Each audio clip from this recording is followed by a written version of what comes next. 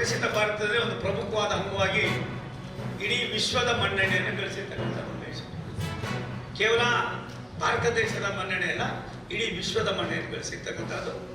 ನಾನು ಕೂಡ ಒಂದು ತಿಂಗಳ ಹಿಂದೆ ನಮ್ಮ ರಾಷ್ಟ್ರದ ರಾಷ್ಟ್ರಪತಿಗಳಾದ ಗೌರವಾನ್ವಿತ ದ್ರೌಪದಿ ಮುರ್ಮು ಅವರ ಜೊತೆಯಲ್ಲಿ ಸೌತ್ ಆಫ್ರಿಕಾಗೆ 8 ದಿನಗಳ ಕಾಲ ಕರೆಸ್ಕೊಟ್ಟಿದ್ವಿ.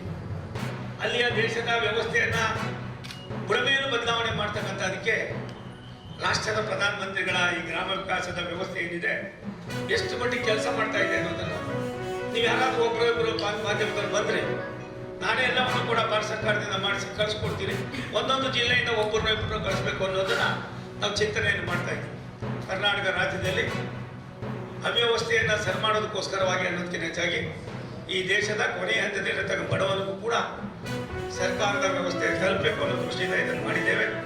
ಅನೇಕ ವಿಚಾರಗಳನ್ನು ಈಗಾಗಲೇ ನಾವು ಕೂಡ ಅದನ್ನು ಅರ್ಥ ಮಾಡ್ಕೊಳ್ತಾ ಇದ್ದೀವಿ.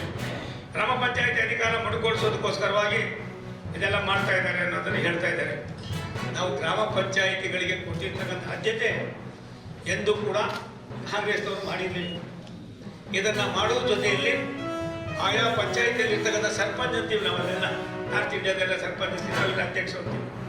ಅವ್ರು ಯಾವ ರೀತಿಯಾಗಿ ನಡೀತಾ ಇದೆ, ಇದನ್ನು ಎಷ್ಟು ಚೆನ್ನಾಗಿ ಅಕ್ಸೆಪ್ಟ್ ಮಾಡಿದ್ದಾರೆ ಅನ್ನೋದನ್ನು ನಾವು ನೋಡಬೇಕಾಗ್ತದೆ. ಆದ್ದರಿಂದ ಈ ನರೇಗಾದಲ್ಲಿ ಇರ್ತಕ್ಕಂಥ ಕೆಲವಾರು ಯೋಜನೆಗಳನ್ನು ನಾವು ಬದಲಾವಣೆ ಮಾಡ್ತಕ್ಕಂಥ ಜೊತೆಯಲ್ಲಿ ಇದನ್ನು ಏನು ಗತಿಶಕ್ತಿಯ ಜೊತೆಗೆ ಸೇರಿಸಿ ಒಂದು ವರ್ಷಕ್ಕೆ ನಾವು ಖರ್ಚು ಮಾಡ್ತಕ್ಕಂಥ ಲಕ್ಷಾಂತರ ಕೋಟಿ ರೂಪಾಯಿಯನ್ನು ದ್ವಿಗುಣ ಮಾಡೋ ಜೊತೆಯಲ್ಲಿ ಕೇವಲ 5 ವರ್ಷದಲ್ಲಿ ಸಿಟಿಗೂ ಕೂಡ ಹಳ್ಳಿಗಾಲಿಯನ್ನೇ ಜೀವನ ಮಾಡೋದಕ್ಕೂ ಬೇರೆ ಯಾವುದೇ ವ್ಯತ್ಯಾಸಗಳಿಲ್ಲ ಅನ್ನೋದನ್ನು ಈಗಾಗಲೇ ರಾಷ್ಟ್ರದ ಪ್ರಧಾನಮಂತ್ರಿಗಳು ನಮ್ಮೆಲ್ಲರಿಗೂ ಕೂಡ ಮನವರಿಕೆ ಮಾಡಿದ್ದಾರೆ.